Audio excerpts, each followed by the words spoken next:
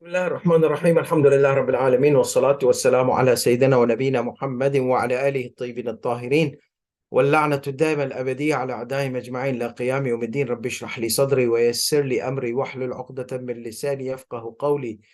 Assalamu alaikum, my beloved ones, wa rahmatullahi wa barakatuh. Inshallah, we are going to take today, we are going to continue, and we have our uh, we have our session on HAJJ QIRAAN. HAJJ QIRAAN. Obviously, many are asking, when are we going to take the main practical stuff? We're still in the introduction.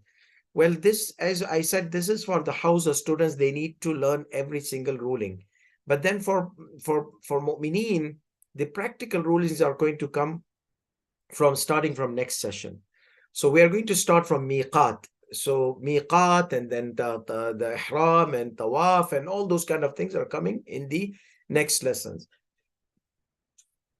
So today our discussion is on HAJJ QIRAAN. You can see it's written Quran. It's not Quran, it's a typo. Excuse me. It is HAJJ QIRAAN. QIRAAN means associating. Things associating with each other. Qareen means someone who's associate. So QIRAAN, HAJJ QIRAAN. If you recall, we said that there are three types of Hajj. Hajj al-Tamattu', Hajj al-Ifrad, Hajj al-Qiran. Hajj al-Tamattu' is for those who are living 88 kilometers away from Mecca.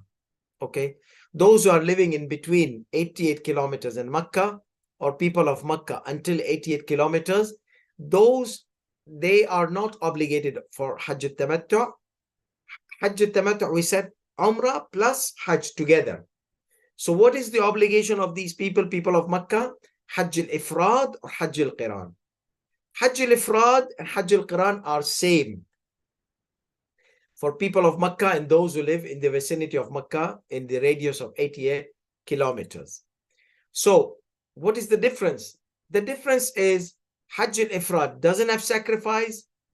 Al-Qiran has sacrifice.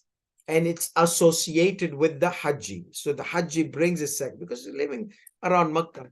Imagine you're coming from United States and in these places you're putting your goat in your beside, or you are going, let me pamper you in the flight and this and that, because at the end of the day I'm going to sacrifice you in Mina. You cannot. It's not practical nowadays. But those days, people living Mecca and around Mecca, they will have goats and everything. So they will choose one of the goats and they will bring them, accompany them to the Arafat and all those rituals of Hajj, and at the end they will sacrifice him. So this goat will be Hajji.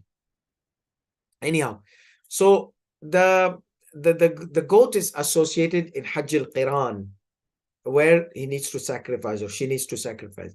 But in Hajj al-Ifrad, there is no sacrifice. Hajj al-Ifrad, there is no sacrifice. So this is the only major difference between Hajj al-Ifrad and Hajj al-Qiran. So today we have one ruling only, but I just want to point out something. There was a confusion in our previous session about someone who is going to perform Hajj al-Ifrad. Okay? He has entered the state of Ihram. He comes to Makkah. He does Mustahab Tawaf. And he does Salat al-Tawaf. We said it's recommended precaution to do Labbaik Allahumma Labbaik. Okay? Why? Because the narration mentions that if somebody comes, somebody asks one of our Imams والسلام, that if somebody is doing Hajj al-Ifrad and comes to Makkah, does the Tawaf, does 2 rakat Tawaf, doesn't he come out of his Ihram, becomes Muhil? Then he's going to go to Arafat. When you go to Arafat, you need to be in the state of Ihram if you're performing Hajj. So Imam said then, do Labbaik Allahumma Labbaik. What does it mean? That means if your Ihram got invalidated, then you do Labbaik. However, The scholars, they did not, like Sayyid Sistani Damadullah, he says it's not wajib because there are different angles and even the narration is arguable. So therefore, Sayyid Sistani did not give a fatwa. He did not say if somebody is coming for Hajj al-Ifrad, and entered the state of Ihram, he's coming to Makkah, he will do Tawaf Mustahab and 2 rakat Tawaf of Mustahab. It doesn't mean that he has exited the Ihram. He's still in the state of Ihram. Okay? He's still in the state of Ihram, but it's recommended precaution to do because there is an indication in a narration, but that indication does not stress on obligation, neither as the whole content and the link is arguable. So that's why the issue here is that it's recommended precaution. It's a precautionary measure. It's recommended to perform this precaution and do labbaik before going to Arafat. That means you fixed your ihram back again. In case if the ihram got messed up by doing your tawaf, then you have done this. But that's recommended precaution. If he doesn't do it, that's fine. He can go to Arafat. He's still in the state of ihram. More than that, this is where the confusion happened. They said the wajibat of tawaf and all those kind of wajibat, isn't it supposed to be after? We said in Hajj al-Ifrad, you can perform it before going to Arafat, the wajib. Or it could be any other wajib. Somebody gave you money to do tawaf for him and you accept it. So it becomes wajib on you to do tawaf for him. Or somebody had missed one tawaf al-Nisa. Or somebody had another is wajib, a vow to do tawaf. Or somebody called you, oh, you know, I did Umrah before 1 month and I forgot to do Tawaf al-Nisa. So you'll do Tawaf al-Nisa wajib on behalf of that person. So when Sayyidi Sistani said in the ruling that the same ruling applies on the basis of precautionary measure if the Tawaf which was done was not recommended wajib. That means you do labbaik. After you are finished with Tawaf and 2 rakat Tawaf, you say, you do labbaik, you renew your talbiyah of ihram. So that means be it tawaf which was performed by the one who's doing ihram, or who is in the ihram of Hajj al-Ifrad, be it tawaf mustahab and 2 rakat of tawaf, or be it tawaf wajib or 2 rakat of tawaf. It's recommended precaution to perform to repeat the talbiyah, labbaik Allahumma labbaik, labbaik la sharika laka labbaik. That was what we mentioned yesterday. Unless if he was planning to convert his ihram of ifrad to tamattu and he was going to do umrah to tamattu.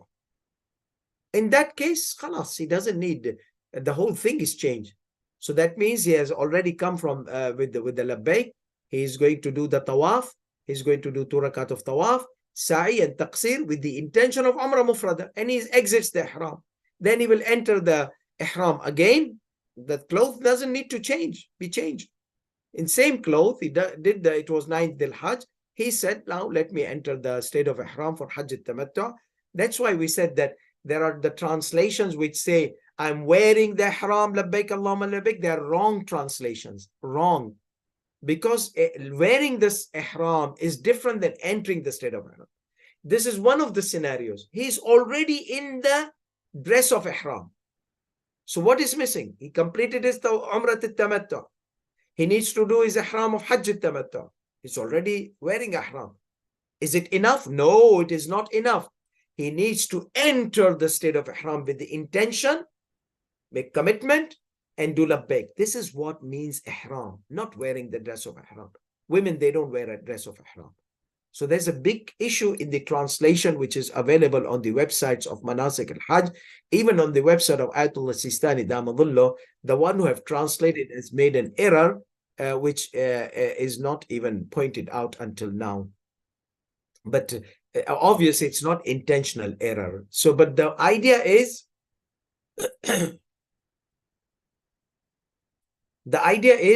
that the ihram is different than libas al-ihram. Libas al-ihram, wearing the ihram. Women, they don't have to wear ihram. Entering the state of ihram is a state of ihram, state of spirituality, commitment. You promised God that you are going to stay away from those prohibited things. And then you bind your promise with labbaik, Allahumma labbaik. That is why labbaik is very important to lock yourself in ihram. So that is why in the ruling which we mentioned, if you have done mustahab tawaf or wajib tawaf, 2 rakat of tawaf, it's a recommended precaution to say labbaik Allahumma labbaik, labbaik la sharika laka labbaik, to fix your ihram back again in case if it had some problems in it by your doing tawaf and salat al-tawaf. But if you are planning to convert your ihram to ihram of umrat al-tamattu', then perform the amal of, make an intention that this ihram is ihram of umrat al-tamattu', and I'm performing amal of umrat al-tamattu'. You're done. Same dress you're wearing, you don't have to take it off and on again, and you recite the intention. I'm entering the ihram, state of ihram of hajj al-tamattu', wujuban qurbat lillahi ta'ala bi-niyaba bil-hajjat al-islam, labbaik Allahumma labbaik, labbaik la sharika laka labbaik, and you are done. Now you are in the state of ihram to go to Arafat. For umrat al-tamattu', after entering the state of ihram, one should not do any tawaf or any kind of those things. Okay, as we mentioned previously. So that was an observation I wanted to make for yesterday. Today we have this Hajj al-Qiran, and it's only one ruling because it's not practical nowadays, except if you're living in Makkah and you have some goats, bunch of goats, and you're going to buy a goat and go. So that's why it's ruling number one ruling only, ruling 161. So he says ruling number 161, يتحد هذا العمل مع حج الإفراد في جميع الجهات. حج القران is equal to حج الإفراد in every aspect في جميع الجهات، غير أن المكلف يصحب معه الهدي وقت الإحرام. The difference is, except for in this case, the responsible person who's going to perform Hajj, he associates, he accompanies his goat of his animal of sacrifice, al-hadi, animal of sacrifice, during the ihram. So during the ihram, his animal of sacrifice is with him. وَبِذَلِكَ يَجِبُ الْهَدِي, and through that, sacrifice becomes obligatory. Remember, Hajj al-Ifrad, there is no sacrifice. Here, the sacrifice becomes obligatory. والإحرام في هذا القسم من الحج كما يكون بالتلبية يكون بالإشعار أو التقليد. So, ihram, how did you enter the state of ihram here? You entered the state of ihram by saying, I'm entering the state of ihram for the Hajj al-Tamattu', Hajj al-Islam, ... Then you said, labbaik Allahumma labbaik. He said, you don't have to mention the intention here. You have an option. What is the option? Bil ish'ar. That means mark your sacrifice. Make a mark on the sacrifice. Write your initial, write your signature, or put a patch of paint, something like that, that people will know, oh, this is not my sacrifice, this is that person's sacrifice. Because everybody's sacrifice, sometimes goat get mixed up, sometimes goat runs away. Okay, whatever happens. So that means if you are looking for a goat, you don't want to get somebody else's goat and sacrifice because they look alike.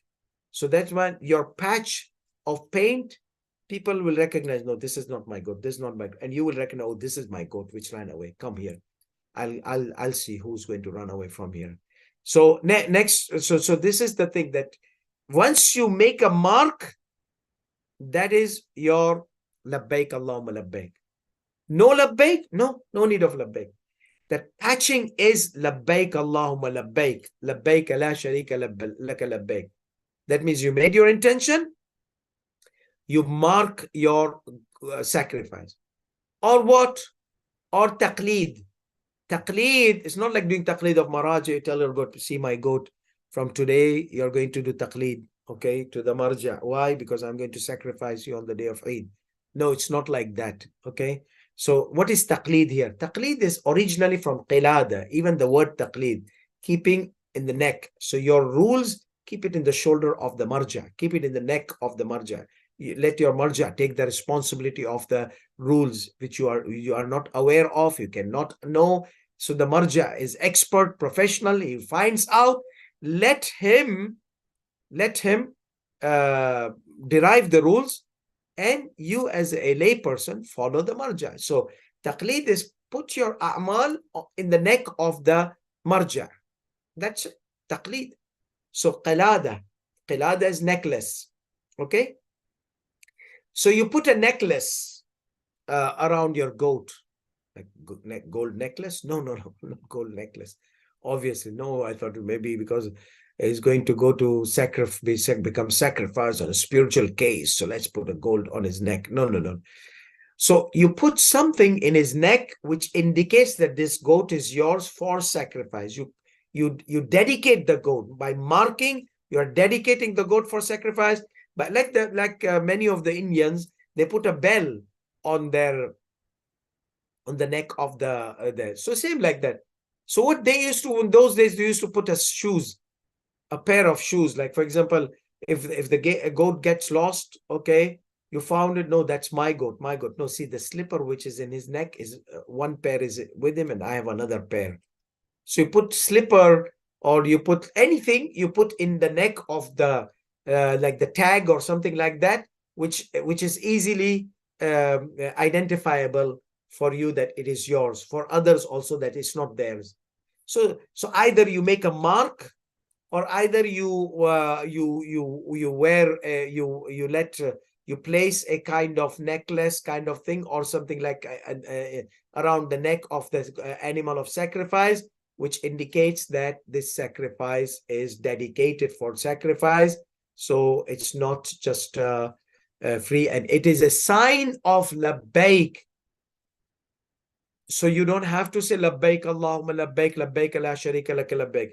The moment you put this in the neck, or place it on the neck of the sacrifice, like the way you put the many Asians, they put the flower necklace around the wife, and the wife put the flower necklace around the husband. So you are going to put the necklace of shoes around the neck of the, or the slipper on the neck of the, that's their labbaik. That is labbaik. I don't have to say, no, you don't have to say labbaik. So that is what Sayyid says. وَالْإِحْرَامُ فِي هَذَا الْقِسْمِ, entering the state of ihram in this type of hajj, من الحج, كما يكون بالتلبية, as it can be by saying the talbiyah, okay, by uttering the talbiyah. يكون بالإشعار, it is also this entering happens by marking the animal of sacrifice or placing something around his neck. وإذا أحرم لحج القران لم يجوز له العدول إلى حج التمتع. Remember, we said if somebody from people of Makkah, let's say, decides to do Hajj al-Ifrad on a recommended basis. So if he decides Hajj al-Ifrad, then he decides, no, let me convert it to Tamattu. He can do Tamattu. The conversion is permissible there in Hajj al-Ifrad to Tamattu. Here, conversion is not permissible. وَإِذَا أَحْرَمَ لِحَجِّ الْقِرَانِ, if he enters the state of ihram to perform Hajj al-Qiran, Hajj of the associate of sacrifice, لَمْ يَجُزْ لَهُ الْعُدُولِ إِلَى حَجِّ التَّمَتُّعِ, it would not be permissible for him to convert or to change his Hajj al-Qiran to Hajj al-Tamattu. More rulings are going to come in future. This is just and in some of the rulings that this happens by marking, by placing, or like, you know, like in many Western countries, they dress the horse with a jacket, or they dress the dogs with a jacket in winter time, something like that. So you can place a dress on the animal of sacrifice. So either marking, either placing a neck something, necklace or something like that around the neck of the animal of sacrifice, or by placing a dress on the animal of sacrifice or covering the animal of sacrifice to indicate that is number one for sacrifice, number one that is mine, and for others to know it's not theirs. So this is something we wanted to discuss today. Inshallah, tomorrow we will start discussing about the miqat, which is a very important practical topic. So slowly we are entering the practical rulings. وآخر دعوانا الحمد لله رب العالمين وصلى الله على محمد وعلى آله الطيبين الطاهرين